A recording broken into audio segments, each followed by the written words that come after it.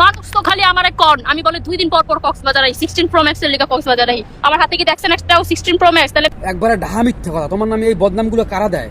তোমার হাতে তো আইফোন 16 প্রো ম্যাক্স থাকে না, তোমার হাতে থাকে শশা আর গাজর।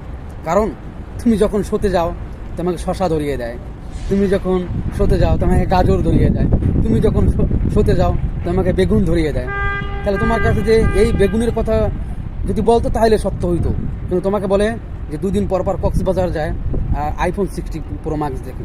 এগুলো একবারে ঢাহা মিথ্যে কথা।